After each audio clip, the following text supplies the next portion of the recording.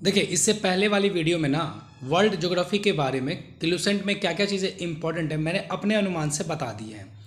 तो वो वाली वीडियो भी देख सकते हैं। और इस वीडियो में मैं बताने वाला हूँ कि भारत के भूगोल को हम लोग लुसेंट की किताब में से अगर फॉलो कर रहे हैं इसको, या क्राउन पब्लिकेशन की फॉलो कर रहे हैं, तो कौन कौन सी चीज़ें आपके लिए इंपॉर्टेंट है। ठीक है, और ये भी मैं अपने पर्सनल एक्सपीरियंस जो मैंने पढ़ा है उसी के बेसिस पे आपको बता रहा हूँ। तो देखिए, सबसे पहली बात तो कि भारत का भूगोल को ना आप जो है एनसीईआरटी 11th क्लास की आती है फिजिकल इन्वायरमेंट की, इंडिया की, उससे आप पढ़ेंगे। प्लस इसके लिए आपके पास भारत का एक मैप होना चाहिए, नहीं है तो आप ले लीजिए मैप के बारे में। ऑक्सफोर्ड का भी आता है, पूरी मैप की बुक होती है, या फिर आप मार्केट से भी एक बड़ा सा मैप खरीद लीजिए भारत का। और दो मैप आप खरीदिएगा, एक खरीदिएगा आपका फिजिकल और एक खरीदिएगा पॉलिटिकल। पॉलिटिकल मतलब उसमें राज्य जिले ये सब लिखे हुए रहेंगे, और फिजिकल मतलब हुआ कि आपका उसमें पहाड़ पर्वत नदियाँ ये सब सारी दिखाई होंगी।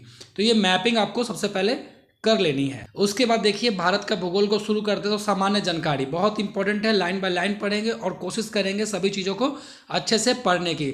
इसके बॉर्डर कितने होते हैं, इनकी इसके बॉर्डर से कितने देश लगे हुए हैं, कितना इसका अक्षांशीय विस्तार है, कितना इसका देशांतीय विस्तार है, उसके बाद क्षेत्रफल कितना है, क्षेत्रफल की दृष्टि से ये विश्व का कितना बड़ा देश है। ठीक है, इसके बॉर्डर जो लगते हैं उसमें से कौन सा देश से सबसे ज़्यादा बॉर्डर लगती है, जलीय सीमा कितनी है, ये सारी चीज़ें आपको यहाँ से एकदम देखनी है। तो पहला चैप्टर आपको काफ़ी ज़्यादा इंपॉर्टेंट है। अब देखिए, यहाँ पर बॉक्स बना हुआ है भारत के प्रमुख दर्रे, जिसमें कि बहुत सारा दर्रा लिखा हुआ है ना। तो इसमें जो है दर्रों को आप याद करने की कोशिश कीजिएगा। इसके लिए यूट्यूब पे देख लीजिएगा, बहुत सारे शॉर्ट ट्रिक बताए जाते हैं, तो वहाँ से भी आपको शॉर्ट ट्रिक मिल जाएंगे। अदरवाइज आप इसको पढ़ने की कोशिश कीजिएगा, ठीक है। और मैप में दर्शा के करेंगे, और उस मैप को अगर आप डेली दिखते हैं तो आपको याद हो जाएगा। देखिए, मैं क्या करता था ना कि एक भारत का बड़ा सा मैप रहता था, और उसमें जो है ना राज्य वाइज जो है कितने कितने दर्रे हैं, कौन कौन से नदियाँ कहाँ कहाँ बहती है, ये सारा बड़ा वाला मैप में ही मैंने बना दिया था। और बना करके डेली उस मैप को देखा करता था, इस तरह से ये चीज़ें मुझे याद रहती थी। ठीक है, तो ये चीज़ें ज़रूरी हैं। अब है भारत का भौतिक स्वरूप है, जिसमें कि उसकी जो पर्वत श्रेणियां हैं, पठार के बारे में, नदियों के बारे में, ये सारी चीज़ें यहाँ पर दी गई हैं। तो इसको पढ़ने के लिए भी आपके पास जो भारत का जो फिजिकल मैप होगा वो ज़रूरी है, और उसी से मिला करके अच्छे से पढ़ेंगे। ठीक है, वैसे अगर आप एनसीईआरटी 11th क्लास की पढ़ते हैं तो उसमें बहुत सारी चीज़ें बहुत अच्छी तरह से क्लियर हो जाती हैं और कॉन्सेप्ट के साथ आपको मिलेगी। और ये भी अगर लुसेंट भी कर रहे हैं तो यहाँ से बस पढ़ेंगे, लेकिन चीज़ें आपके दिमाग में जाएगी नहीं, क्योंकि ज्योग्राफी जो है ना उसमें थोड़ा सा कॉन्सेप्ट भी ज़रूरी होता है। तो इसीलिए, और इसका कॉन्सेप्ट के लिए बहुत ज़्यादा मोटी किताब पढ़ने की ज़रूरत भी नहीं है। एनसीईआरटी 11th क्लास की पतली सी बुक है, उसको आप फॉलो कर लेंगे, प्लस मैपिंग के साथ हमेशा इसको पढ़ेंगे।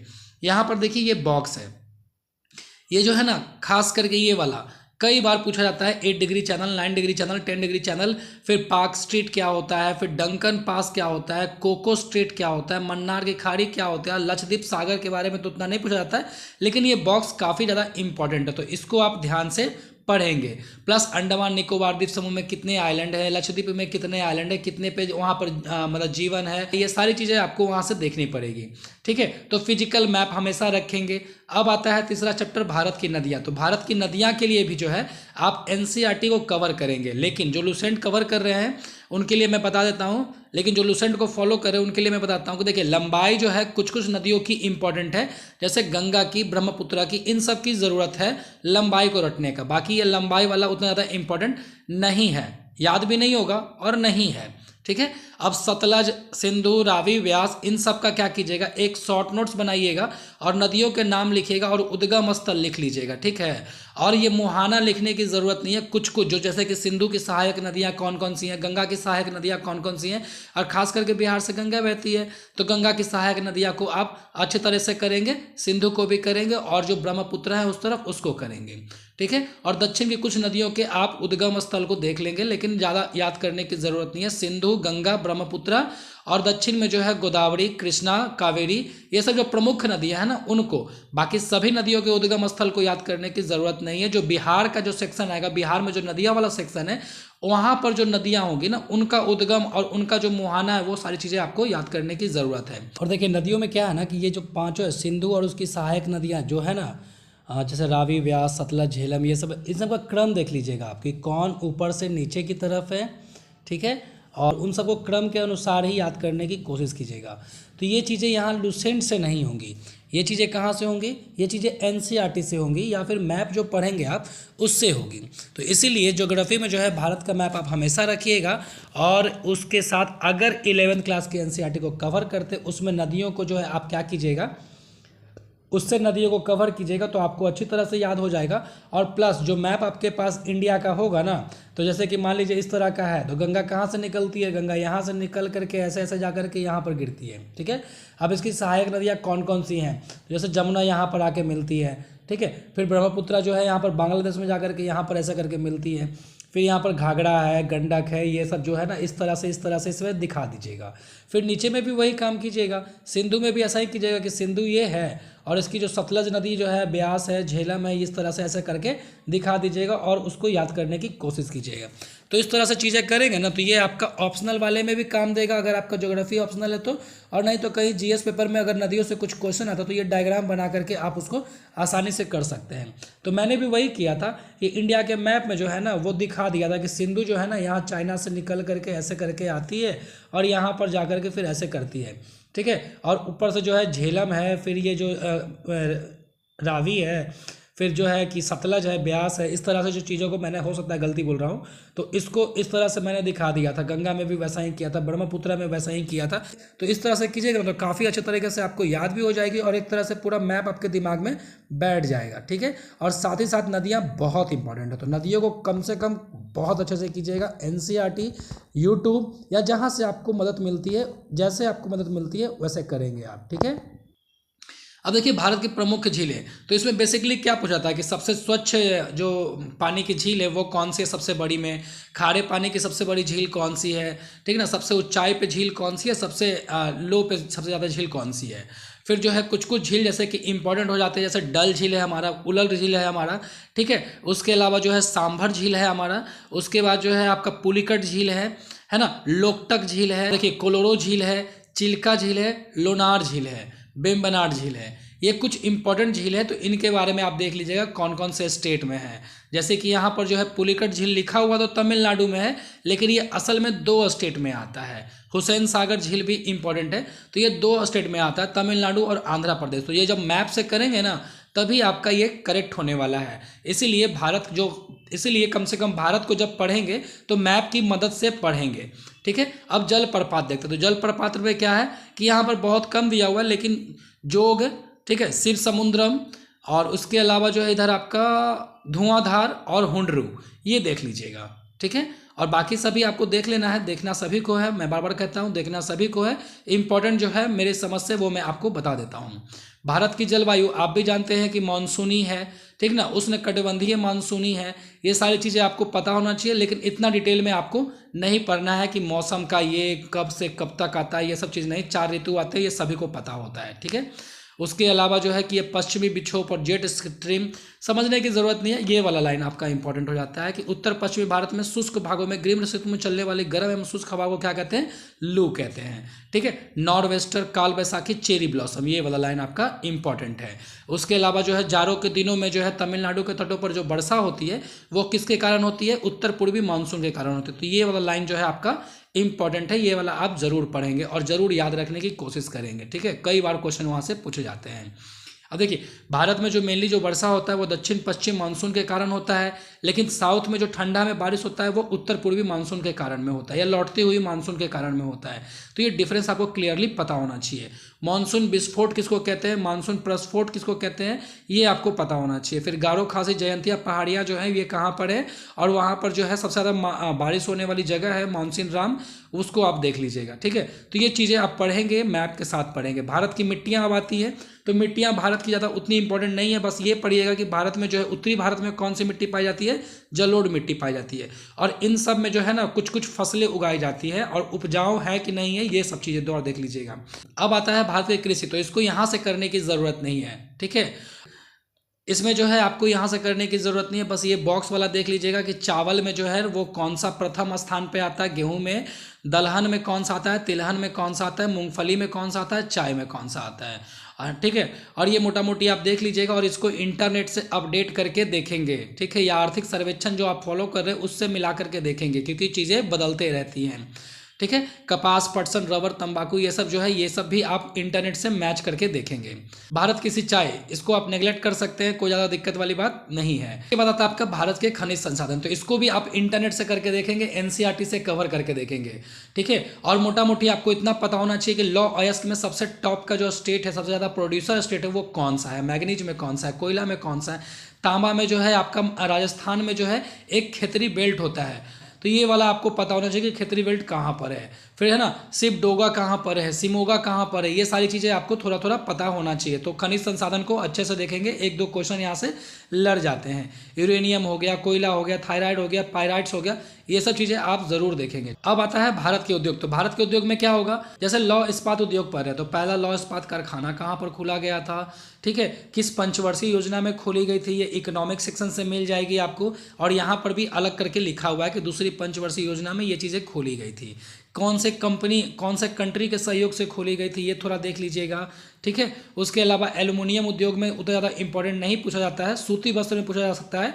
कि सबसे पहला कारखाना जो था सूती वस्त्र का वो कहाँ पर था, और इसका जो पहला केंद्र था वो मुंबई में था, बाद में चेंज हो गया है ना, गुजरात और कोयम्बटूर। तो ये कुछ लाइनें जो है यहाँ पर ना, उत्तर भारत का मैनचेस्टर किसको कहते हैं, कानपुर, दक्षिण भारत का मैनचेस्टर किसको कहते हैं, कोयम्बटूर, भारत का बोस्टन किसे कहते हैं, अहमदाबाद। तो ये सब लाइनें जो हैं ये इंपॉर्टेंट है। तो सूती वस्त्र देख लीजिएगा, लौह वस्त्र देख लीजिएगा, जूट उद्योग में देख लीजिएगा कि पहला जूट कारखाना कहाँ पर खुला था। और ये कुछ जो है वो जूट उद्योग से संबंधित प्रमुख स्थान है। तो इसमें देखिए बिहार का भी नाम आता है, तो इसलिए जूट वाला जरूर देखिएगा कि यहाँ पर दिया हुआ भी है, पूर्णिया, कटिहार, सहरसा, दरभंगा। तो ये क्वेश्चन पूछा गया था कि बिहार में जो जूट उत्पादक जो केंद्र हैं वो कहाँ कहाँ है, तो पूर्णिया, कटिहार, सहरसा, दरभंगा, है ना, ये सब है। उसके अलावा चीनी उद्योग है, तो यहाँ से भी क्वेश्चन पूछा था कि चीनी का कटोरा किसको कहते हैं। तो हालांकि यहाँ पर ये चीज़ें नहीं मिलेगी, लेकिन आप अगर ये पढ़े रहेंगे तो सबसे ऊपर में क्या है, उत्तर प्रदेश है, तो चीनी का कटोरा किसको बोलेंगे, उत्तर प्रदेश को बोलेंगे, ठीक है। तो इस तरह से आपको ये चीज़ गेस हो जाएगा अगर आपको पूरी तरह से पता नहीं है। सीमेंट उद्योग उतना ज़्यादा करने की ज़रूरत नहीं है, कागज उद्योग भी करने की ज़रूरत नहीं है, रासायनिक उर्वरक को थोड़ा देख लीजिएगा, ठीक है। फिर आपका जो है ये सब जलयान, वायुयान, मोटरयान, ये सब जो है शीशा, ये सब देखने की ज़रूरत नहीं है। बिहार के इसमें देखिए, बिहार में एक आता है आपका पटना और कहलगांव, किसमें, शीशा उद्योग में। तो जहाँ पर भी बिहार आपको दिख जाए उसको छोड़िएगा मत कम से कम, ठीक है। दवा निर्माण उद्योग जरूरत नहीं है, अभियंत्रण उद्योग जरूरत नहीं है, रेल उपकरण उद्योग जरूरत नहीं है। इसमें जो है आपको ये बिहार वाले सेक्शन में मिलेगा कि बिहार में भी कुछ कारखाने जैसे मढ़ौरा में, हरनौत में खोले जा रहे हैं, तो वो क्या क्या से संबंधित हैं, ठीक है। उन्हीं वस्त्र बीज करने की जरूरत नहीं है। रेशम उद्योग को थोड़ा देख लीजिएगा, क्योंकि हमारा भागलपुर में भी काफ़ी अच्छे रेशम होते हैं, ठीक है। और इसमें बिहार का नाम भी है, इसमें यहाँ पर बिहार में भागलपुर, गया और पटना इसके केंद्र भी हैं, तो रेशम उद्योग को ज़रूर देखेंगे, ठीक है। सिल्क सिटी कही जाती है भागलपुर। चर्म उद्योग देखने की जरूरत नहीं है। फिर देखिए भारत में परिवहन, राष्ट्रीय राजमार्ग से क्वेश्चन पूछे जाते हैं कि सबसे बड़ा राष्ट्रीय राजमार्ग कौन सा है, फिर राष्ट्रीय राजमार्ग 1 और 2 को मिलाकर के क्या कहते हैं, है ना, जीटी रोड बोलते हैं उसको। सबसे छोटा राष्ट्रीय राजमार्ग कौन सा है, 47A है। स्वर्णिम चतुर्भुज से पूछा गया कि ये क्या है, तो ये जो 4 महानगर है उनको जोड़ने की परियोजना है, ठीक है। तो ये आपको याद होना चाहिए। उसके अलावा जो है कि यहाँ पर गलियारा लिखा हुआ है, देखिए नॉर्थ वेस्ट साउथ, यहाँ पर उत्तर दक्षिण गलियारा है और पूरा पश्चिम गलियारा, तो इससे क्वेश्चन पूछे जाते हैं। फिर भारत में सबसे अधिक सड़कों वाला राज्य कौन सा है, महाराष्ट्र। लेकिन ये सब डाटा पुराना है लुसेंट में, अगर आपके पास अपडेटेड वर्जन है तो उससे आप उसको करिएगा। बाकी ये सब प्रधानमंत्री ग्राम सड़क योजना करने की जरूरत नहीं है। रेलगाड़ी में देख लीजिएगा, रेलगाड़ी की शुरुआत कब हुई थी, कहाँ से कहाँ तक हुई थी, पूरे विश्व में कहाँ से कहाँ तक हुई थी। ये फिर जो है ये वाला लाइन, ये वाला बॉक्स जो है आपका, ये इंपॉर्टेंट है। मुख्यालय का बॉक्स जो बना हुआ है ये उतना इंपॉर्टेंट नहीं है। इसमें फिर देख लीजिएगा कि देश में सबसे लंबी दूरी तय करने वाली रेलगाड़ी कौन सी है ना, सबसे ऊंचा लंबा जो है वो कौन सा है रेल मार्ग। उसके अलावा कोंकण रेलवे कौन सा है, कोलकाता मेट्रो की शुरुआत कब की गई थी, दिल्ली मेट्रो, ठीक है। तो ये रेल मार्ग को मोटा मोटी आप पढ़ेंगे, लेकिन जो जो फैक्ट यहाँ पर दिए गए हैं ना लास्ट में, उसको आप थोड़ा थोड़ा देख लेंगे। जैसे कोंकण रेल कहाँ पर है, ठीक है, कांडला ये कहाँ पर है आपका। फिर उसके बाद जो है ये कोलकाता मेट्रो की शुरुआत कब से की गई थी, तो ये सब चीज़ें थोड़ा सा देख लेंगे। बाकी ये सब याद करने की ज़रूरत नहीं है कि ये इतना किलोमीटर था, इतना विद्युतीकरण है, ये सब करने की ज़रूरत नहीं है। विश्व का सबसे लंबा रेल मार्ग ट्रांस साइबेरियन रेल मार्ग है, ये वाला इंपॉर्टेंट जो लेनिनग्राड से व्लादिवोस्टोक जाती है, तो ये सब आप कर लेंगे, ठीक है। उसके बाद वायु परिवहन से उतना ज़्यादा इंपॉर्टेंट नहीं है, बस ये देख लीजिएगा यहाँ पर कि ये जो बॉक्स दिया गया है ना, इसमें जो एयरपोर्ट के नाम आप गेस नहीं कर सकते कि वो कहाँ पर हो, उसको देख लीजिएगा। जैसे कि तिरुवनंतपुरम तिरुवनंतपुरम अंतर्राष्ट्रीय हवाई अड्डा, आपको पता है तिरुवनंतपुरम कहाँ पर है, केरला में, तो ये नहीं पूछेगा आपसे बीपीएससी। पूछेगा ये कि जवाहरलाल नेहरू हवाई अड्डा कहाँ पर है, तो मुंबई में है, क्योंकि जवाहरलाल नेहरू से आप अंदाज़ा नहीं लगा सकते, सुभाष चंद्र बोस से अंदाज़ा नहीं लगा सकते, इंदिरा गांधी से नहीं लगा सकते, मीनाम्बकम से नहीं लगा सकते हैं। इतना पता होगा कि चेन्नई में हो सकता है, आंध्र प्रदेश में हो सकता है, लेकिन एग्जैक्टली आपको नहीं पता होगा। तो जिसमें नाम नहीं है ना उसको छोड़ करके, तो जिसमें नाम नहीं है ना उसको आप ध्यान से पढ़ेंगे।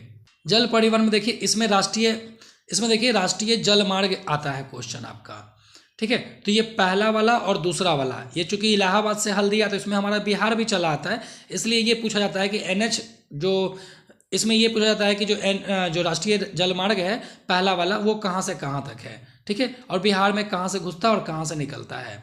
इसके अलावा जल परिवहन से छोटे मोटे चीज़ हैं, जैसे बंदरगाह के बारे में पूछा जाता है, तो बंदरगाह के बारे में भी वही चीज़ है कि कोलकाता, ये आपको नहीं पूछेगा, ठीक है। आपको पूछेगा कौन सा, कि पारादीप कहाँ पर है, तुतिकोरिन कहाँ पर है, मरमरा गोवा कहाँ पर है। कन्फ्यूज करता है आदमी सब इसमें, साउथ इंडियन स्टेट में ना कन्फ्यूज कर जाता है कि वो आंध्र प्रदेश, केरला, तेलंगाना यहाँ कहाँ कहाँ हो, तो ये सब चीज़ें पूछी जाती है वहाँ से। फिर देखिए नहा सेवा, ये वाला जो है ज़रूर पूछा जाता है क्वेश्चन, तो इस तरह की चीज़ों को आप ज़रूर देखेंगे। प्लस यहाँ पर पोर्ट से बारे में अगर कुछ रिलेशन दिए हुए हैं तो उसको भी आप देखेंगे। अब आता है भारत की जनगणना, तो ये हालांकि जो है बहुत पुरानी बुक है, तो इसमें 2001 का जनगणना दिया हुआ, तो जनगणना को आप अच्छी तरह से पढ़ेंगे। और मैं आपको बताता हूँ कि आप एक पेज लेंगे और उसमें भारत की जनगणना और उसी पेज के दूसरे साइड में बिहार की जनगणना, ठीक है, 2011 वाला, इसके जो अगर लिखेंगे यहाँ पर कि इसका सेक्स रेशियो कितना है, तो यहाँ पर बिहार में भी लिख देंगे सेक्स रेशियो कितना है, ठीक है। इसकी पॉपुलेशन कितनी है, तो इसकी पॉपुलेशन इतनी, लिटरेसी रेट कितनी है, लिटरेसी रेट कितनी है, तो ये इंडिया का और ये बिहार का। और चीज़ों को कंफ्यूज नहीं करेंगे और दोनों को साथ साथ पढ़ेंगे तो मेरे अनुसार से वो बेस्ट होगा, है ना। तो ये सारी चीज़ें आप एक पेज पर लिख करके इसको अपने पास रख लीजिएगा और एग्जाम के पहले भी इसको आप रिवाइज कर सकते हैं। तो जनगणना से हमेशा क्वेश्चन पूछे ही जाते हैं, तो ये आप कन्फ्यूज इसमें नहीं करना है। अब है बहुउद्देशीय नदी घाटी परियोजनाएं, तो इसमें जो है कुछ कुछ इंपॉर्टेंट है। भाखड़ा नंगल हमेशा हिट लिस्ट पर रहता है, हीराकुंड जो है, फिर है ना ब्यास परियोजना है, तुंगभद्रा है, मयूराक्षी है। तो जिसका नाम थोड़ा सा आपको लगे कि जिससे हम अंदाज़ा नहीं लगा सकते हैं, उसको थोड़ा थोड़ा देख लीजिएगा। बाकी इतना सारा याद करना किसी के लिए पॉसिबल नहीं होता है, अगर आप यूपीएससी की तैयारी नहीं कर रहे हैं तो थोड़ा थोड़ा इसमें से आप देख ज़रूर लेंगे, ठीक है। फिर है नदियों के किनारे प्रमुख नगर, तो इसमें जो फेमस शहर हैं उसको आप देख लीजिएगा कि कौन कौन से नदी के किनारे बसा हुआ है, जैसे आगरा, इलाहाबाद, गुवाहाटी, है ना। उसके बाद जो है हमारा पटना, अयोध्या, कोलकाता, ये सब जो फेमस शहर हैं, लुधियाना, सूरत, ये सब कौन कौन सा नदी पे हैं ये थोड़ा सा देख लीजिएगा आप। पर्वतीय नगर ज़्यादा करने की ज़रूरत नहीं है, मैंने भी नहीं किया था, उतना ज़्यादा याद होता नहीं है, जितना हो सके कीजिएगा, अदरवाइज टेंशन लेने की ज़रूरत नहीं है। अब है आपका ये भारत के प्रमुख वन्यजीव अभयारण्य, तो देखिए इसमें कौन कौन सा करना है आपको। तो एक तो हुआ आपका कि ये वाला दालमा वाला, हजारीबाग तो आपको पता है झारखंड में होगा, गिर राष्ट्रीय उद्यान ये आपको पता होगा, नल सरोवर, जिम कॉर्बेट है, ठीक है। उसके अलावा दुधवा, चंद्रप्रभा, बंदीपुर इंपॉर्टेंट है, बंदीपुर से क्वेश्चन पूछा जाता है कि ये कहाँ पर है, ठीक है, तो बांदीपुर सॉरी, तो ये वाला इंपॉर्टेंट है। फिर आपका तुंगभद्रा है, मानस राष्ट्रीय उद्यान है, ठीक है, मानस राष्ट्रीय उद्यान है, काजीरंगा है, घाना है, रणथंभौर है, पूछा गया है क्वेश्चन आपका। तो इस तरह से जो है आपको मोटा मोटी चिल्का अभयारण्य कहाँ पर है, नाम से अंदाजा लगा सकते हैं। मधुमलई कहाँ पर है, डाम्फा कहाँ पर है, पेरियार कहाँ पर है, पंचमढ़ी कहाँ पर है, डाचिंगम कहाँ पर है। उसके अलावा जो है आपका बांधवगढ़ कहाँ पर है, वेरी इंपॉर्टेंट, बांधवगढ़ बहुत इंपॉर्टेंट है आपका, ठीक है। उसके बाद नागरहोल वेरी इंपॉर्टेंट है आपका। उसके बाद जो है आपका यहाँ पर सुंदरवन, ये तो आपको पता ही होगा कि बंगाल में है ना। रोहिल्ला कहाँ पर है, तो ये मोटा मोटी आप पूरा लिस्ट तो याद कर पाना संभव नहीं है, और इसमें कौन कौन से जीव पाए जाते हैं ये भी आपको याद नहीं होगा, तो जितना आप कर सकते हैं करने की कोशिश करेंगे।